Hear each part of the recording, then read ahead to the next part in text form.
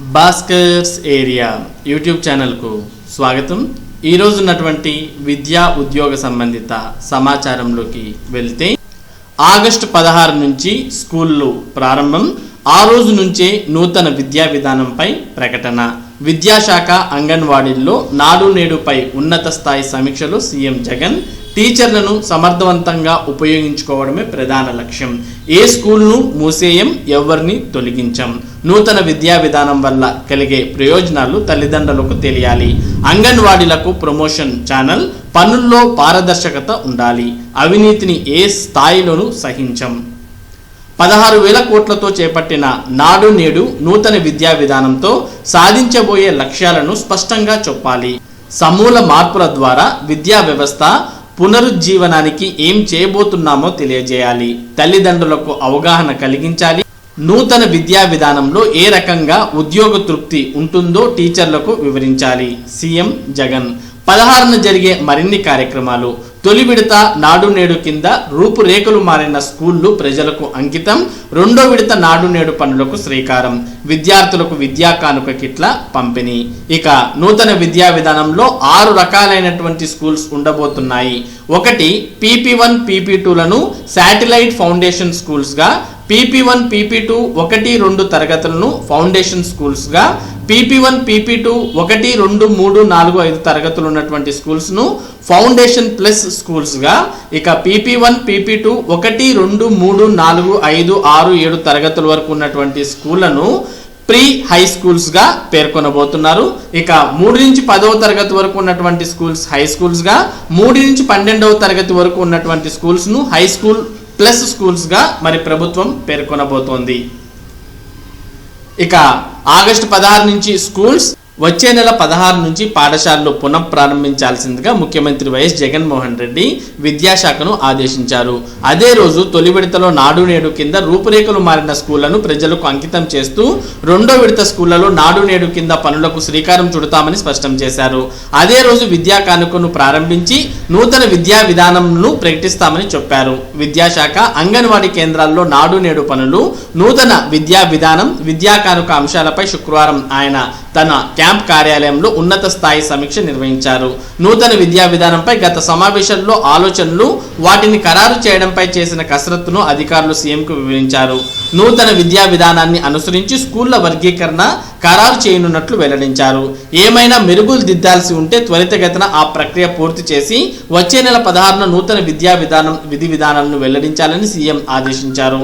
ఈ సమీక్ష సమావేశంలో సీఎం జగన్ ఇంకా ఏం చెప్పారంటే, అంగన్వాడీల నుంచే ఇంగ్లీష్ మీడియం. ఫౌండేషన్ స్కూళ్లలో భాగంగా అంగన్వాడీల నుంచే ఇంగ్లీష్ మీడియం ప్రారంభమవుతుంది. శాటిలైట్ ఫౌండేషన్ స్కూల్స్గా అంగన్వాడీలు రూపాంతరం చెందుతాయి. శాటిలైట్ ఫౌండేషన్ స్కూల్స్కు ఫౌండేషన్ స్కూల్స్కు మార్గనిర్దేశం చేస్తాయి. ఇక్కడ కూడా SGT టీచర్ల పర్యవేక్షిస్తూ ఉత్తమ బోధన అందేలా చూస్తారు. శాటిలైట్ ఫౌండేషన్ స్కూల్ ప్రతి ఆవాసంలో ఉంటుంది. కిలోమీటర్ లోపలే ఫౌండేషన్ స్కూల్ ఏర్పాటవుతుంది. 3 కిలోమీటర్ల పరిధిలో హై స్కూల్ ఉంటుంది.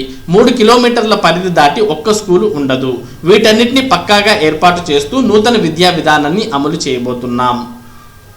అవగాహన కల్పించాలి. ఎందుకు నూతన విద్యా విధానం పట్ల మొగ్గు చూపుతున్నామనే దానిపై మరింత జాగ్రత్తగా అందరికీ అర్థమయ్యేలా చెప్పాలి. ఫౌండేషన్ స్కూల్స్ నూతన విద్యా విధానంపై ఉపాధ్యాయ సంఘాలతో సమావేశాలు జరిగాయా లేదా విస్తృతంగా చర్చించామని అధికారులు చెప్పారు. ఇందులో ఎటువంటి సందేహాలకు తావుండరాదు. తల్లిదండ్రులను కూడా ఈ విషయంలో స్పష్టంగా అర్థం కావాలి. నూతన విద్యా విధానం వల్ల కలిగే ప్రయోజనాలు వారికి తెలియాలి. ఆ మేరకు విస్తృతంగా అవగాహన కలిగించాలి. అంగన్వాడీలకు మరింత ప్రోత్సాహం కలిగించేందుకు వారికి ప్రమోషన్ ఛానల్ ఏర్పాటు చేస్తున్నాం. ప్రతి తరగతికి ఒక టీచర్ ఉండేలా హేతుబద్ధీకరణ, జాతీయ ప్రమాణాలకు అనుగుణంగా విద్యా వ్యవస్థ ఉంటుంది. ఏ స్కూల్ను మూసేయం, ఎవరిని తొలగించం అంటూ పేర్కొన్నారు. ఇక పారదర్శకతతో పనులు ముందుకు సాగాలి. మొదటి విడత నాడు నేడులో అనుభవాలను దృష్టిలో ఉంచుకొని మరింత సమర్థవంతంగా ముందుకు సాగాలి. పిల్లల భవిష్యత్తు కోసం, సమాజ శ్రేయస్సు కోసం ఇంత ఖర్చు పెడుతున్నాం. ఎక్కడ అవినీతికి, వివక్షకు తావు ఉండరాదు. పిల్లల చదువుల కోసం ఇంత ఖర్చు చేసిన ప్రభుత్వం గతంలో లేదు.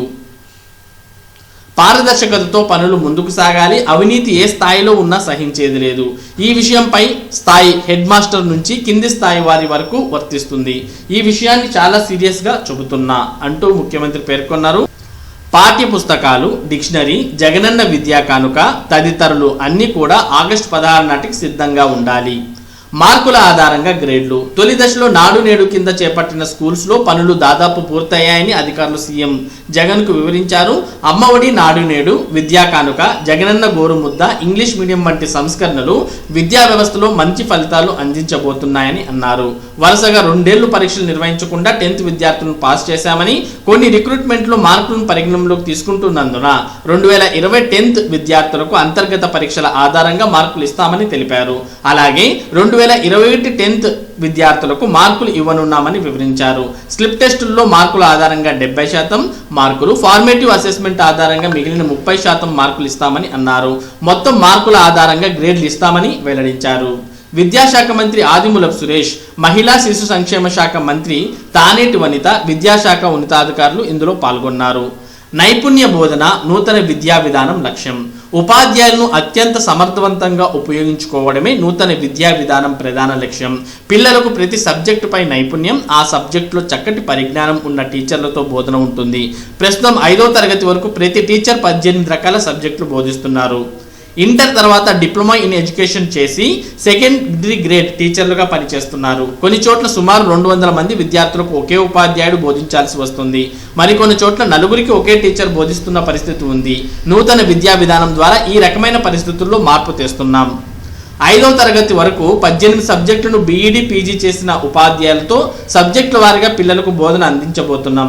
తద్వారా పిల్లలకు ఫోకస్డ్ ట్రైనింగ్ వస్తుంది. విద్యార్థులు, ఉపాధ్యాయుల నిష్పత్తి శాస్త్రీయంగా ఉండేలా రూపొందిస్తున్నాం. ప్రతి సబ్జెక్టుకు ఒక టీచర్ రాబోతున్నారు. మరి ఇక్కడ మనం నాడు నేడు లో భాగంగా స్కూళ్ల ప్రహారీలపై గీసిన ఆకర్షణీయమైన పెయింటింగ్స్ వద్ద ఆడుకుంటున్న పిల్లలను కూడా చూడవచ్చు. ఇక పీఆర్సీ ఇతర డిమాండ్లు నెరవేర్చాలి. ఫ్యాప్టో రాష్ట్రంలో 8 లక్షల మంది ఉపాధ్యాయ ఉద్యోగ పింఛన్ల సమస్యల పరిష్కారం కోసం ఫ్యాప్టో పిలుపు మేరకు అన్ని పాత తాలూకా కేంద్రాల్లో ధర్నాలు విజయవంతమయ్యాయి.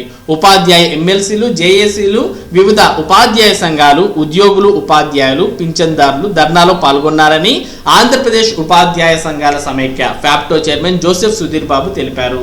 పీఆర్సీ ప్రకటన ఇప్పటికే 36 నెలలు ఆలస్యమైందని అన్నారు. వెంటనే పీఆర్సీ నివేదికను బహిర్గతం చేసి 50% ఫిట్మెంట్తో అమలు చేయాలని డిమాండ్ చేశారు. 6 డిఏలు పెండింగ్ లో ఉన్నాయని, ఇప్పటికైనా వాటిని చెల్లించాలని అన్నారు. అధికారంలోకి వచ్చిన వారం రోజుల్లో సిపిఎస్ ను రద్దు చేస్తామని హామీని ఇంతవరకు పట్టించుకోకపోవడం దారుణమని అన్నారు. ఇటీవల 1వ తేదీన జీతం అందుకోవడం అరుదైపోయిందని ఆయన ఆవేదన వ్యక్తం చేశారు. కర్నూలులో ధర్నా చేస్తున్న ఉపాధ్యాయులు. ఇంటర్ విద్యార్థులందరూ ఉత్తీర్ణులే. ఫలితాలు విడుదల చేసిన మంత్రి ఆదిమూలపు సురేష్, ఇంటర్మీడియట్ ప్రథమ, ద్వితీయ సంవత్సరం పరీక్షలకు రుసుములు చెల్లించిన విద్యార్థులందరూ ఉత్తీర్ణులైనట్లు మంత్రి ఆదిమూలపు సురేష్ ప్రకటించారు. సంతృప్తి చెందకపోతే ఇంటర్ విద్యా మండలి కేటాయించిన మార్కులపై సంతృప్తి చెందని వారు కోవిడ్-19 ఉధృతి తగ్గిన తర్వాత నిర్వహించే పరీక్షలకు హాజరు కావచ్చు. ఫలితాల గణనపై అభ్యంతరాలు ఉంటే వెబ్సైట్ bie.ap.gov.in లేదా ourbieap@gmail.com ద్వారా ఫిర్యాదు చేయవచ్చని వాట్సాప్ నంబర్ 9391282578 కు సంక్షిప్త సందేశం పంపవచ్చని మరి ఇక్కడ పేర్కొన్నారు. ఈ నెల 26న సాయంత్రం 5 గంటల నుంచి ఇంటర్ విద్యా మండలి వెబ్సైట్ ద్వారా మరి మార్కుల మెమోలను కూడా విద్యార్థులకు అందుబాటులో తీసుకువస్తుందని, వాటిని కూడా డౌన్లోడ్ చేసుకోవచ్చని తెలియజేశారు. ఇక మొదటి ఏడాది విద్యార్థులకు పరీక్షలు. ఇంటర్ మొదటి ఏడాది విద్యార్థులందరినీ 2వ సంవత్సరానికి ప్రమోట్ చేశారు. రాష్ట్ర వ్యాప్తంగా జనరల్, వృత్తి విద్య వారు కలిపి 5,13,280 మంది ఉన్నారు. వీరికి పరీక్షలు నిర్వహించినందున కనీస ఉత్తీర్ణత మార్కులు 35 కేటాయిస్తారు. ఇంతకంటే ఎక్కువ మార్కులు కావాలనుకుంటే పరీక్షలు రాయాల్సి ఉంటుంది. ప్రథమ సంవత్సరానికి అక్టోబర్, నవంబర్ నెలల్లో పరీక్షలు నిర్వహించాలని భావిస్తున్నారు. ఈ ఏడాది ఇంటర్ ప్రథమ సంవత్సరంలో ఆన్లైన్ ప్రవేశాలు నిర్వహించనున్నారు. 10వ తరగతి ఫలితాలు వెల్లడించిన అనంతరం ప్రకటన విడుదల చేస్తారు. ఇక దీనికి సంబంధించినటువంటి గణాంకాలు కూడా ఇక్కడ మనం చూడవచ్చు. సెప్టెంబర్ 1న పాలిసెట్ రాష్ట్రంలో 45 కోఆర్డినేషన్ కేంద్రాలు, 1,50,000 మంది అభ్యర్థులు హాజరు కావచ్చని అంచనా. రాష్ట్ర వ్యాప్తంగా పాలిటెక్నిక్ కళాశాలల్లో ప్రవేశానికి నిర్వహించే పాలిసెట్ ఈ ఏడాది సెప్టెంబర్ 1వ తేదీన నిర్వహించాలని ప్రభుత్వం నిర్ణయించింది. ఆ రోజు ఉదయం 11 నుంచి మధ్యాహ్నం 1 గంట వరకు ఎంట్రన్స్ పరీక్ష నిర్వహిస్తారు. 2021-22 సంవత్సరానికి సంబంధించి వివిధ కోర్సుల్లో ప్రవేశానికి ఈ పరీక్ష జరుగుతుంది. 10వ తరగతిలో ఉత్తీర్ణులైన వారంతా పాలిసెట్కు అర్హులు. రాష్ట్రం మొత్తంగా ఇందుకోసం 45 సమన్వయ కేంద్రాలు ఏర్పాటు చేశారు. సుమారు 1,50,000 మంది అభ్యర్థులు పరీక్షలకు హాజరు కానున్నట్లు అధికారులు అంచనా వేస్తున్నారు. State board of technical education and training chairman, కమిషనర్లు పరీక్షల నిర్వహణకు అనుభవం ఉన్న ప్రభుత్వ పాలిటెక్నిక్ కళాశాల ప్రిన్సిపల్ను నియమిస్తారు. ప్రైవేట్ సంస్థలకు చెందిన ఓ ప్రతినిధి అసిస్టెంట్ కోఆర్డినేటర్గా నియమితులవుతారు. విస్తృత బందోబస్తు నడుమ పరీక్షలను కట్టుదిట్టంగా ప్రశాంతంగా నిర్వహించాలని ప్రభుత్వం శుక్రవారం మార్గదర్శకాలు జారీ చేసింది. ప్రతి పరీక్షా కేంద్రం వద్ద 6 కానిస్టేబుళ్లు, పోలీసు అధికారులతో బందోబస్తు నిర్వహిస్తారు. ప్రశ్నాపత్రాలను పరీక్ష సమయానికి 2 గంటల ముందు కోఆర్డినేటర్కు అందజేస్తారు. రెవెన్యూ, పోలీస్, విద్యాశాఖ అధికారులతో ఫ్లయింగ్ స్క్వాడ్లు ఏర్పాటవుతాయి. పాఠశాల విద్యా డైరెక్టర్, కళాశాల విద్యా commissioner, intermediate education commissioner, medical and health director, అన్ని విశ్వవిద్యాలయాల వైస్ ఛాన్సలర్లు, ఆర్డీఓలు, తహసీల్దార్లు, ఎస్పీలు, విజయవాడ, విశాఖపట్నం అర్బన్ పోలీస్ కమిషనర్లు తమ విభాగాల పరీక్షల నిర్వహణకు సిబ్బందిని డిప్యూట్ చేయాలని ప్రభుత్వం ఆదేశించింది. నేడు CISCE 10-12 తరగతుల ఫలితాలు. CISCE council for the Indian school certificate examinations 10-12 తరగతుల ఫలితాలను ఈ నెల 24 అనగా శనివారం విడుదల చేయనున్నట్లు బోర్డు కార్యదర్శి అరతోన్ శుక్రవారం వెల్లడించారు. ఈ మేరకు ICSE 10, ISC 12 ఫలితాలను మధ్యాహ్నం 3 గంటలకు వెల్లడిస్తామని, వాటిని కౌన్సిల్ వెబ్సైట్లో అందుబాటులో ఉంచడంతో పాటు SMS ద్వారా తెలియజేస్తామని ప్రకటించారు. కెరియర్స్ పోర్టల్ ద్వారా ట్యాబులేషన్ రిజిస్టర్లను స్కూళ్లను అందుబాటులో ఉంచనున్నట్లు తెలిపారు. మరి ఇవి ఈరోజు ఉన్నటువంటి విద్యా ఉద్యోగ సంబంధిత సమాచారం. ఇటువంటి ముఖ్యమైన సమాచారాన్ని భాస్కర్స్ ఏరియా ప్రతిరోజు మీకు అందించడం జరుగుతుంది. మరి ఈ సమాచారం మీరు పొందడానికి మన భాస్కర్స్ ఏరియా యూట్యూబ్ ఛానల్కు సబ్స్క్రైబ్ అవ్వండి. Thank you for watching this video.